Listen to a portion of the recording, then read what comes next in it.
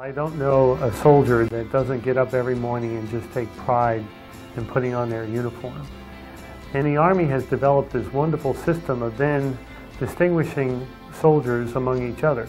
And they do that through the use of tabs and badges. Generally, there are two major categories of tabs. One would be the individual tabs, and I would break those down into two categories. You have the leadership tabs, which are clearly Special Forces, Ranger, Sapper, which requires a qualification course that you would have to attend to earn that tab. A second individual tab is what we'd call maybe the qualification tab, where you would compete in some type of competition, such as the President's 100. The second category of tab is what I would call the unit designation tab, such as Airborne, Mountain, Honor Guard. And those are authorized to be worn with a specific shoulder sleeve insignia representing the major mission of that unit. Every one of those tabs means you worked very hard and very diligently to meet all the qualifications that go with it. When I see a soldier wearing a tab, whether it be a individual tab or a unit tab, it identifies to me that soldier has special skills or belonging to a unit that has a very unique and special mission.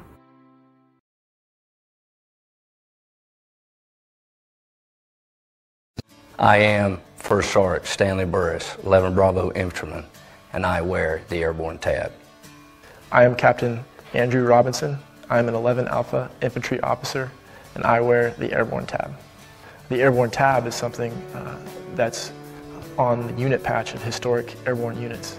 And those units wear that patch to honor their own history and to show their own soldiers that they're part of something special. The Airborne tab actually was proposed and originated around the beginning of the Second World War. The 82nd Airborne Division was the 82nd Division in World War I, then reactivated to become the 82nd Airborne Division when they decided to have paratroopers in the United States Army in World War II. Just knowing that I'm just a small part of something so great that our Army has, that's an awesome feeling. The airborne soldiers now have a great history to rely on. We're standing on the shoulders of giants that went before us. An airborne unit can infiltrate, go ahead and set up outposts. It's an extremely fast way to get a lot of people on the ground at one time, right in the middle of the enemy's area of operations. You jump from something you know into something you don't know. And that's the epitome of being an airborne soldier. 1 second you're safe inside the aircraft, the next second you're in a combat zone. It's not about not having fear, it's about overcoming your fear. Stepping out, that first step, floating down to the ground in the cool air, that's definitely my favorite part of being airborne. I would jump every second of every day if I had the opportunity. The Army is the only service that wears the airborne tab. Traditionally, the soldiers that are in airborne units are the ones that want to push themselves harder and want to serve their country at the tip of the spear. If you're that kind of person who wants to be a part of that, then airborne is for you.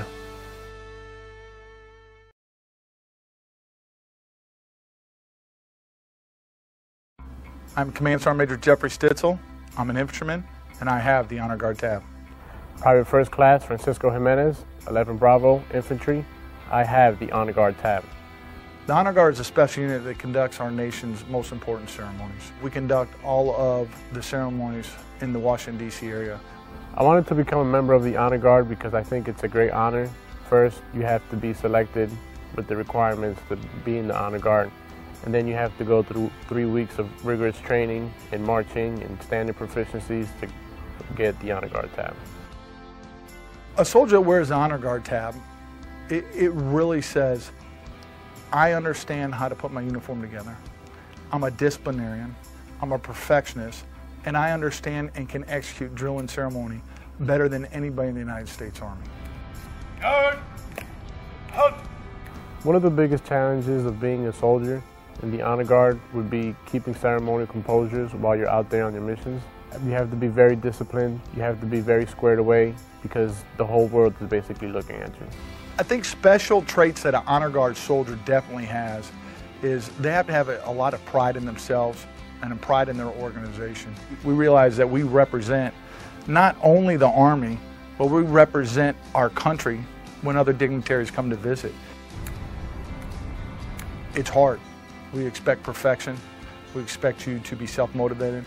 We expect you to be self-critical. I want you to go try out to the specialty platoon, whether it's the Tomb of the Unknown Soldier, our nation's foremost color guard, the drill team, the Presidential Salute Gun Battery, and Caisson. That's where all good honor guard soldiers want to end up, is at one of those specialty elements.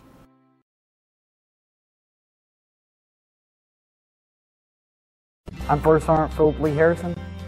I'm a 19 Delta, and I wear the Mountain Tab. I'm Staff Sergeant Michael Bogdan. I'm a 19 Delta Cavalry Scout, and I wear the Mountain Tab. The only unit allowed to wear the Mountain Tab above its patch is the 10th Mountain Division. The history behind the 10th Mountain Division is unique. No other unit has been able to fight mountain warfare with the effectiveness as the 10th Mountain Division. In 1943, the 10th Mountain Division came about. It was a specialized warfare group dealing with mountain warfare. And after World War II was deactivated, and then it was reactivated back in 1986 up here at Fort Drum, New York. The 10th Mountain soldiers in today's Army are used for rapid deployment. Due to our light infantry division status, we are able to quickly deploy anywhere in the world. Boots on the ground is our main effectiveness in today's battle. We can get there quickly and we can overwhelm the opposition. Being a soldier in the 10th Mountain Division is a great experience. The training's awesome. It's a lot of fun. It's exhilarating. It takes a lot of effort out of you. I volunteered to come to the 10th Mountain Division. The reason I did is I knew what I was in for. I knew that it was a very tough assignment. I knew that the soldiers were outstanding, a lot of good training, a lot of good leadership, and I knew we'd be widely deployed. This is something I wanted to be a part of. There was a sense of pride. I wanted the accomplishment. I knew that if I wanted to go to the best place, 10th Mountain Division was the place to go. I spent half of my career with the 10th Mountain Division, and it is a great division to be a part of. I've learned a lot about myself. I've learned that there's nothing I can't do. The training and the camaraderie, the tough assignments, it's something that I'll never forget. It's something I think anybody in the military, if they want to experience the toughest assignment, then 10th Mountain Division is it.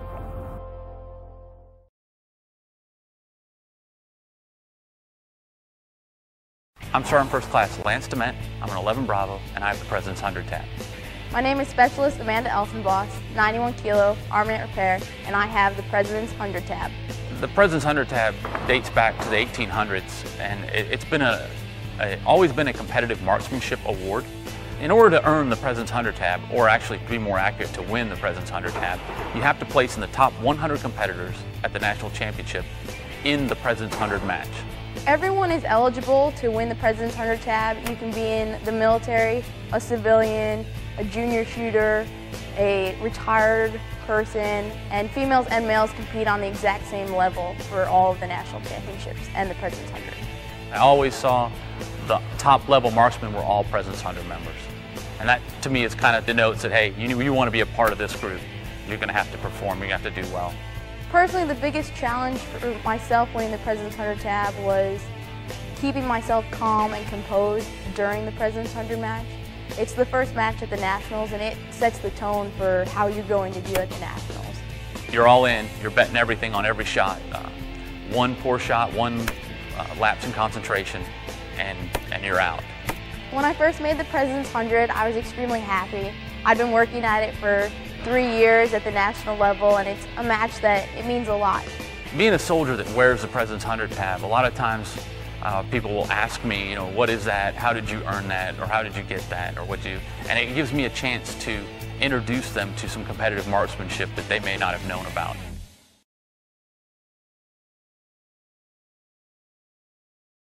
I am Second Lieutenant Joseph Wingelmeyer. I am an infantry officer, and I have the Ranger Tab. My name is Sergeant First Class Michael Dean. I'm an 11 Bravo, and I have the Ranger Tab. Prior to the Korean War, to emulate the commandos in Great Britain, General Darby put together an elite group of infantrymen and declared them the Rangers as a homage to Rogers Rangers in the Revolutionary period. The Ranger School started back in the 50s. The first Ranger company, or the first Ranger training school, actually graduated in 1952. The things that you learn in Ranger School are small unit operations, starting at the squad level up to the platoon level. You'll learn the orders process, you'll learn raids, ambushes, but most importantly, you'll learn leadership skills from individual traits or individual skills all the way up to platoon level skills that are going to help you in combat. Everyone knows how hard it is. Everyone knows how tough it is. You have instant credibility. You never have to do anything but show your left shoulder to anyone who asks, you know, are you qualified to be a leader of infantrymen? Because it is the premier leadership school in the United States Army. Ranger School took me out of my comfort level, and then it proved to me that I can handle it, and it actually extended my comfort level to a greater spectrum. Just finding out how far you can be pushed and still excel and still do your job. To earn the Ranger tab, basically it only takes heart. You just have to have the heart to go, you have the heart to stay with it, you have to have the heart to complete it. It's all about not quitting. All it takes is a mindset to just never quit. Being a Ranger is being a part of a brotherhood. It's a tight-knit community. It's almost like having an extended family away from home, especially when you are away from home, deployed in combat. It's an automatic in. You automatically share stories, and you know, hey, this guy's probably got my back. He's been to Ranger School. As a soldier, there's no better insurance than having a leader with a Ranger tab.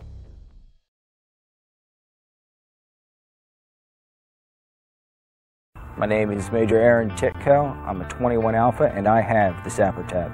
I am Captain French Pope. I am a 21 Alpha combat engineer, and I have the Sapper tab. The term sapper comes from back in medieval times when people would dig trenches in order to get artillery close to castles in order for them to destroy those fortifications.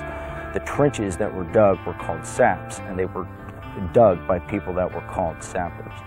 Those were the first combat engineers. As a sapper, our area of expertise is mobility, to ensure the mobility of the unit. Sapper School is open to all combat engineers and company grade engineer officers. It's also open to infantry, scouts, and other combat arms individuals. The benefits of being a sapper in the modern Army is that when another leader or another soldier looks at you, they know that you have done the patrolling. You know that you're going to protect the soldier and you're going to lead from the front. I wanted to earn the Sapper tab because it showed that I was a master of my craft. And as a combat engineer, it gives you a little bit of instant credibility when you walk into a room. To get the tab was a very proud moment in my life. It's really a moment of realization that, you know, I can do whatever I set myself out to do. When I see another soldier with a Sapper tab, I know what I'm getting. I know that I'm getting a tested leader. I know that I'm getting a combat engineer that's an expert in his craft. And I know that I can depend on that individual. I tell any soldier that approaches me that wants to go to Sapper Leader course that it's a very tough course, very rigorous training, and you need to be prepared mentally and both physically to go through the training. To earn the Sapper tab, you got to go to the Sapper Leader course. You got to prove that you've got the physical and mental stamina, and you have what it takes to master combat engineering skills.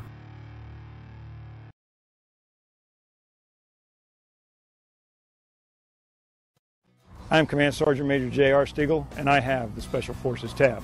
My name is Master Sergeant John Matson. I'm an 18 Zulu, and I have the Special Forces tab. Well, Special Forces were a unique development coming out of World War II.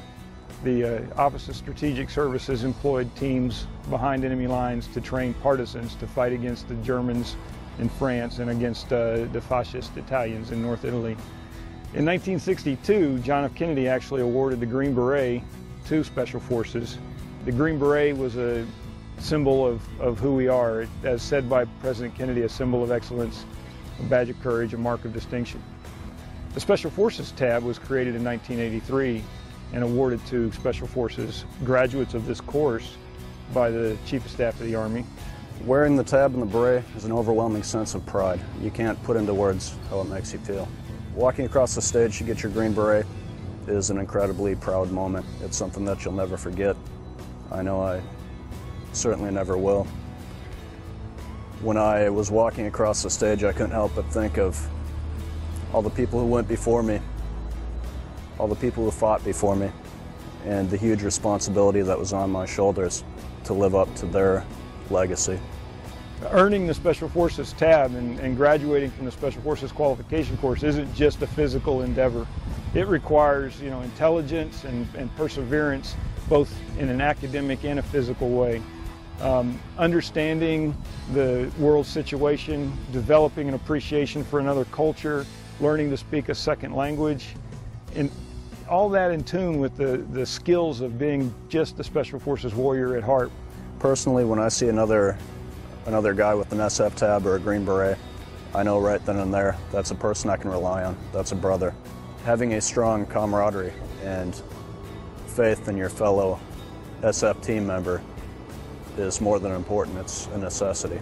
Anybody who wants to be part of something bigger than themselves, who is truly interested in serving their nation every day, who will get the opportunity to visit foreign lands and experience a life of adventure, should understand that Special Forces is the role, the job for them.